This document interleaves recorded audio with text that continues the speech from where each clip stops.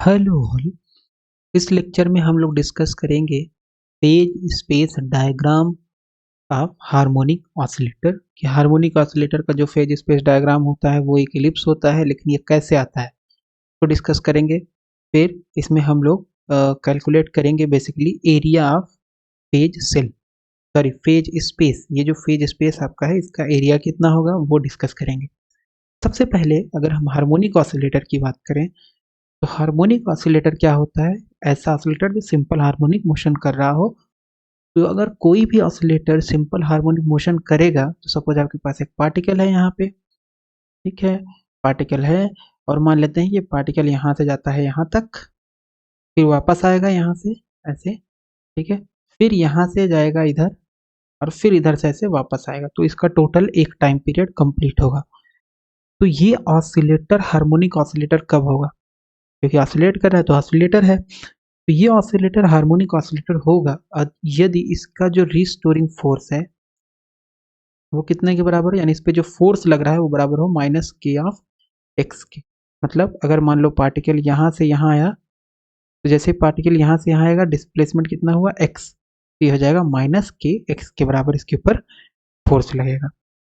तो अगर minus of the displacement के प्रोपोर्शनल फोर्स है तो इसी को हम बोल देते हैं सिंपल हार्मोनिक ऑसिलेटर। कोई भी ऑसिलेटर ऐसा जिसके ऊपर जो फोर्स लग रहा है वो माइनस ऑफ द एक्स यानी माइनस ऑफ द डिस्प्लेसमेंट के प्रोपोर्शनल होगा, उस ऑसिलेटर को हम लोग बोल देंगे simple harmonic oscillator.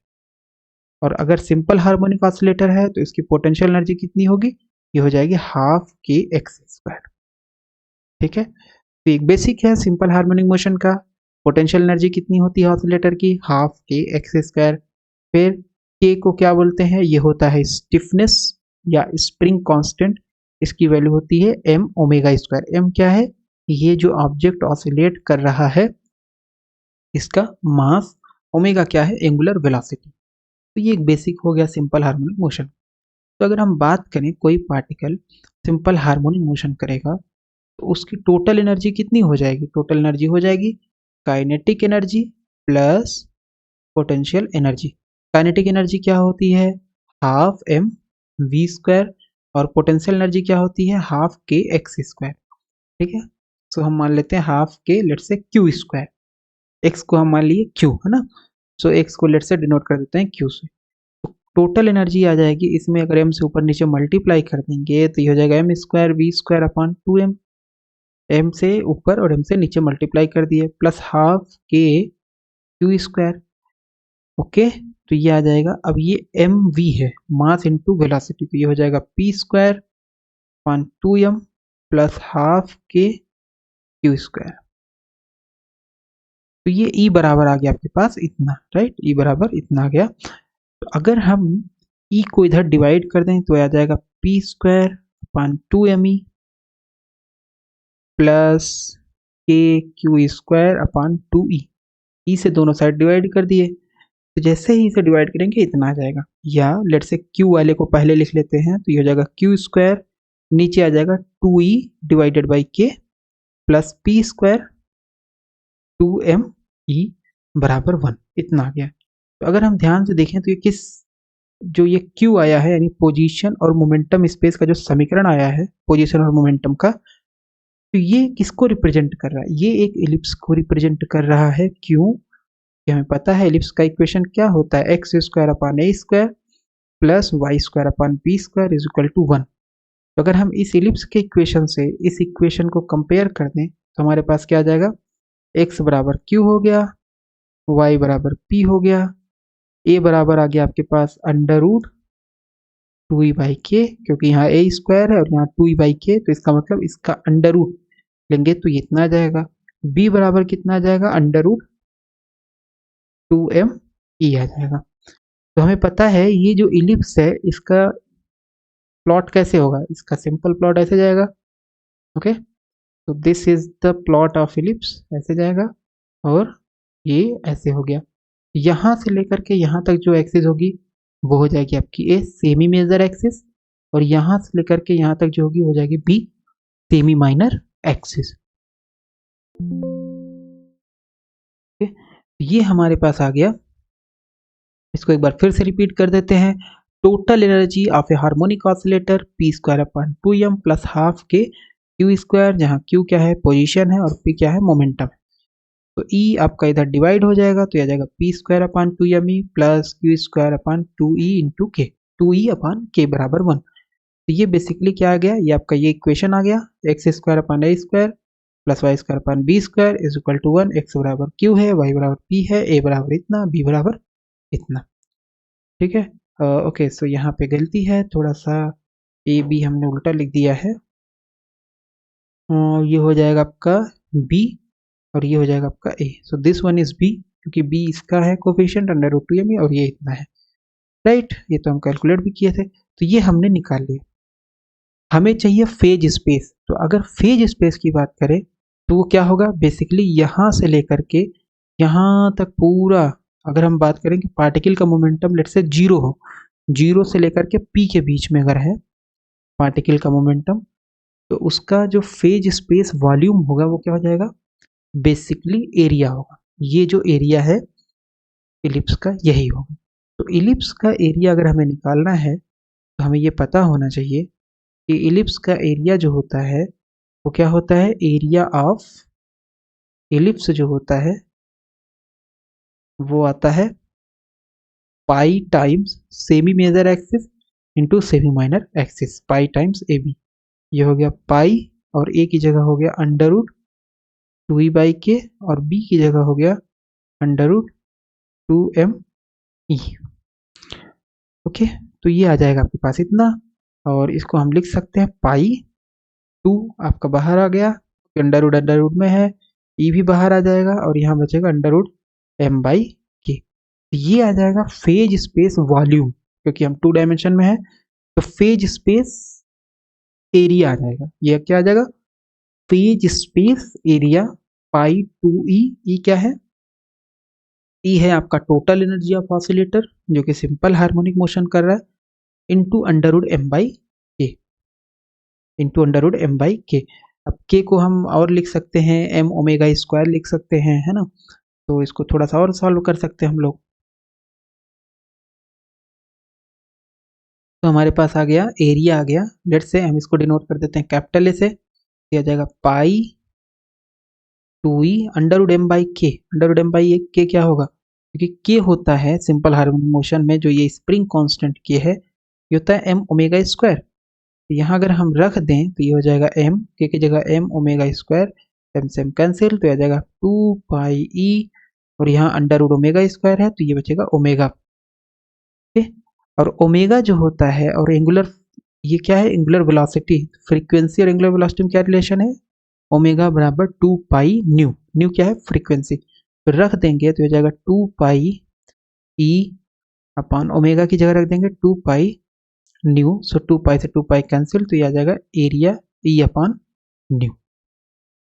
Simple harmonic oscillator का जो फेज स्पेस का एरिया होगा वो हो जाएगा ई अपॉन न्यू। ठीक है, तो एक ये भी फार्मूला हो सकता है, या पैरामीटराइज करें तो हम लोग ऐसे भी लिख सकते हैं, या पैरामीटराइज करें तो हम लोग एरिया ऐसे भी लिख सकते हैं। तो ये किसका एरिया हो गया, ये हो गया सिंपल हार्मोनिक ऑसिलेटर के फेज स्पेस का एरिया, जिसका मोमेंटम जीरो से लेकर के पी के बीच में है।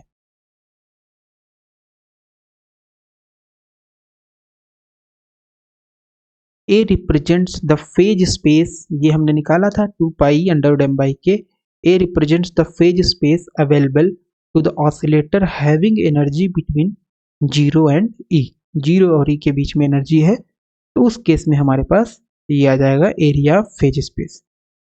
The phase space available to the oscillator having energy, तो 0 से ई तक है तो हमारे पास ये फार्मूला है। ठीक है, तो अगर हम बात करें 0 से ई ना हो करके लेट से ई से डेल्टा ई हो, तो हम लोग ये वाला फार्मूला ले रहे हैं, बेसिकली ये वाला फार्मूला ले रहे हैं ना, तो इसको ऐसा करते हैं, सर्कल कर देते हैं, ये वाला फार्मूला हम लोग ले रहे हैं।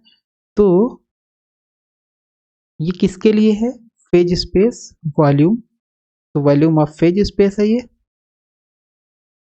फेज स्पेस किसके लिए, ऐसे पार्टिकल जिनकी एनर्जी जो है, एनर्जी कहाँ से कहाँ, एनर्जी कहाँ से कहाँ तक हो, 0 से लेकर के ई तक हो। तो ये हमारे पास आ जाता है ए, राइट, या ए बराबर लिख ही देते हैं 2 पाई अंडर रूट, 2 पाई है अंडर रूट एम बाई के। लेकिन अगर हम बात करें ये जो एनर्जी है ये जीरो से ई ना हो करके, तो हमारे पास यहाँ पे ऑसिलेटर है इस तरीके से, इसका फेज स्पेस या फेज पॉइंट होगा बेसिकली ऑसिलेटर का, जो कि एक इलिप्स होगा। लेकिन अगर हम बात करें हमारे पास लेट से एनर्जी हो ई से लेकर के ई प्लस डेल्टा ई, तो इसका मतलब इस तरीके से कर्व बनेगा। तो जब इस तरीके से कर्व बनेगा, ये जो बीच में पॉइंट है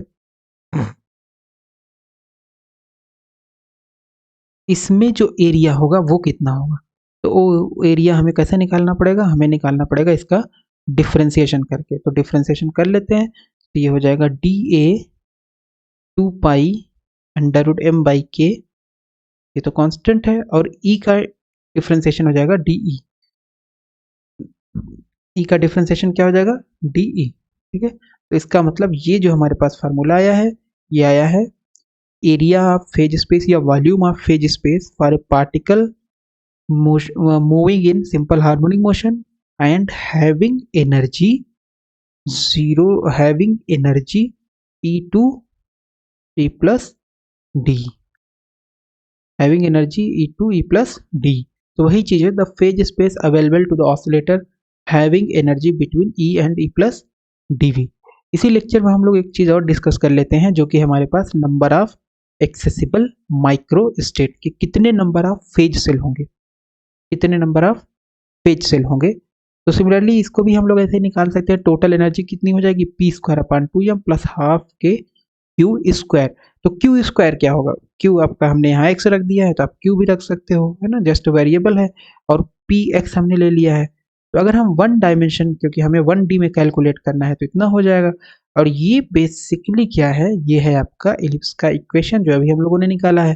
तो एरिया निकाल लेंगे, कितना आएगा, फेज स्पेस का एरिया जाएगा 2 pi E under root M by k, 2 pi E under root M by के, ये आ जाएगा phase space area A. Okay, तो हमें क्या निकालना है, total number of phase cell. तो सबसे पहले फेज सेल क्या होता है ये आइडिया होना चाहिए। तो ये आपके पास फेज स्पेस है, यहाँ पे क्यू है, यहाँ पे पी है, इसमें हमारे पास टोटल ये हो गया, टोटल वॉल्यूम हो गया। तो इसमें जो फेज सेल होगा एक क्यूबिक होगा, छोटा सा क्यूब मान सकते हैं, स्मॉलेस्ट क्यूब, जिसका जो वॉल्यूम है, अगर ये 1 डायमेंशनल फेज स्पेस है तो h होगा, है ना, 1D में, और अगर ये 2D है तो 2D में h स्क्वायर हो जाएगा, 3D अगर है तो ये हो जाएगा h क्यूब। ठीक, 1D में h कैसे हो जाएगा, क्योंकि डी टाउ की जो वैल्यू हो जाएगी 1 डायमेंशन में हो जाएगी dx dpx, 2 डायमेंशन में कितना हो जाएगा, 2 डायमेंशन में हो जाएगा आपके पास dy dpy, और 3 डायमेंशन में कितना हो जाएगा, 3 डायमेंशन में हो जाएगा D tau is equal to 2 dimension में हो जाएगा dx dy dz, है ना, हो जाएगा dx dy dpx और dpy। so this is d2, this is 1 dimension and this is your 3 dimension, dx dy dz dpx dpy dpz। तो इसका मतलब है कि अगर हमें 1 डायमेंशन में निकालना है तो हमारे पास एनर्जी क्या है, ये फेज स्पेस का सॉरी एरिया, टोटल एरिया हमें पता है यहाँ से लेकर के यहाँ तक कितना है ना। तो अगर हम बात करें, सपोज हमारे पास ये बॉक्स है और 4 बॉक्स है, जो बड़ा वाला बॉक्स है, 1 सेकेंड, मान लो ये बॉक्स है, इसका एरिया टोटल है ए, ठीक है, और इसको, इस बॉक्स को हमने छोटे छोटे बॉक्स में डिवाइड कर लिया। लेट से ये बॉक्स हो गया आपके पास A1 एरिया का, इसका भी एरिया ए है, इसका भी एरिया ए है, इसका भी एरिया ए है। तो टोटल ये जो सेल बन रहे हैं, एक सेल ये, दूसरा, तीसरा, चौथा, तो ये चारों सेल का एरिया कितना हो जाएगा, ये हो जाएगा 4A, ठीक है। अगर इन चारों सेल का एरिया ऐड करके हम जो टोटल बॉक्स का एरिया है कैपिटल ए उससे डिवाइड कर देंगे, तो हमें क्या मिल जाएगा, ये जो चारों सेल जो है इनका एरिया अगर ऐड करके एक सेल का अगर एरिया से डिवाइड कर देंगे, सपोज इस वाले सेल के एरिया से, ये हो जाएगा ए। सो ये दे देगा हमें total number of cells in box A, total number of क्या दे देगा, सेल दे देगा, जो कि होगा 4। इसका मतलब है कि कभी भी हमें जब फेज सेल निकालना होता है तो फेज सेल के लिए हमारे पास क्या है, so number of phase cell, ये जो हो जाएगा ये हो जाएगा volume of phase space, volume of phase space divided by volume of phase cell, phase cell. तो वॉल्यूम ऑफ फेज स्पेस कितना है ये हम निकाल रखा है, 2πe√m/k, और वॉल्यूम ऑफ फेज सेल क्योंकि ये 1D में हमें कैलकुलेट करना है, कितने डायमेंशन में, 1 डायमेंशनल में। तो 1 डायमेंशनल में वॉल्यूम ऑफ फेज सेल कितना हो जाता है, ये होता है d-τ1 dx dpx, और इसकी वैल्यू जो हो जाएगी वो हो जाएगी हाइजेनबर्ग अनसर्टेनिटी से h, इसकी भी वैल्यू हाइजेनबर्ग अनसर्टेनिटी से हो जाएगी h, है ना, इन दोनों की, और फिर इन दोनों की वैल्यू हो जाती है h, ये हो जाएगा h स्क्वायर, इसलिए d टाउ हो जाता है h स्क्वायर और d टाउ क्यूब हो जाता है h क्यूब। तो यहाँ पे हमारे पास 1 डायमेंशन में हो जाएगा फेज सेल का वॉल्यूम h। ठीक है, तो ये हमने निकाल लिया number of phase cell, number of phase cell in 1 dimensional harmonic oscillator, तो टोटल एरिया डिवाइडेड बाय एक फेज सेल का वॉल्यूम। तो ये आ गया इतना 2πe/m/k। तो जैसे हमने इसको कन्वर्ट किया था तो k क्या है, स्प्रिंग कांस्टेंट है, रख सकते हैं ओमेगा स्क्वायर, तो ये हो जाएगा 2πe/h, m से m कैंसिल, यहाँ बचा ओमेगा, तो ओमेगा को हम लिख सकते हैं 2π/न्यू, है ना, यहाँ ओमेगा बचेगा इस अंडर रूट के अंदर, यहाँ पे हम इसको लिख सकते हैं 2π/न्यू, सो 2π से 2π कैंसिल, ये आ जाएगा E/h। यही हो जाएगा आपका E/h number of phase cell in 1 dimensional harmonic oscillator, in 1 dimensional harmonic oscillator. ठीक है, तो सबसे पहले ये हो गया, फिर ये बेसिकली हमने एरिया निकालने के लिए, तो एरिया हमारे पास सिंपल हार्मोनिक ऑसिलेटर का इतना आ गया। फिर हम लोग यहाँ से रख सकते हैं k बराबर m ओमेगा स्क्वायर, बेसिकली ये जो आया है इसमें हम k की वैल्यू रख देंगे m ओमेगा स्क्वायर, और फिर ओमेगा को सॉल्व कर लेंगे 2π/न्यू रख करके, तो आ जाएगा 2πe/2π/न्यू, राइट, यहाँ पे आ जाएगा इतना 2πe/2π/न्यू, सो आ गया E/न्यू। और इसको जब सॉल्व करेंगे, अच्छा हमने यहाँ पे एक टर्म छोड़ दिया है शायद, 1 सेकेंड वेयर इज, यस, यहाँ ये 2π से कैंसिल तो हो गया है बट ये न्यू बचा हुआ है ना, देखो ये न्यू बचा हुआ है, तो ये आ जाएगा E/h nu, now it is correct, E/h nu. ये आ जाएगा number of phase cell for 1 dimensional harmonic oscillator, for 1 dimensional harmonic oscillator. तो total area of phase space निकाल करके फिर k बराबर m ओमेगा रख दिया, ओके, और फिर h से डिवाइड कर देंगे क्योंकि 1 डायमेंशन है, अगर 2 डायमेंशन होता तो फेज सेल का वैल्यूम h स्क्वायर, 3 डायमेंशन होता तो h क्यूब। तो इसका मतलब ये हमारे पास आ गया नंबर ऑफ फेज सेल या number of accessible microstate in 1D harmonic oscillator, जो कि होगा E/h न्यू के बराबर।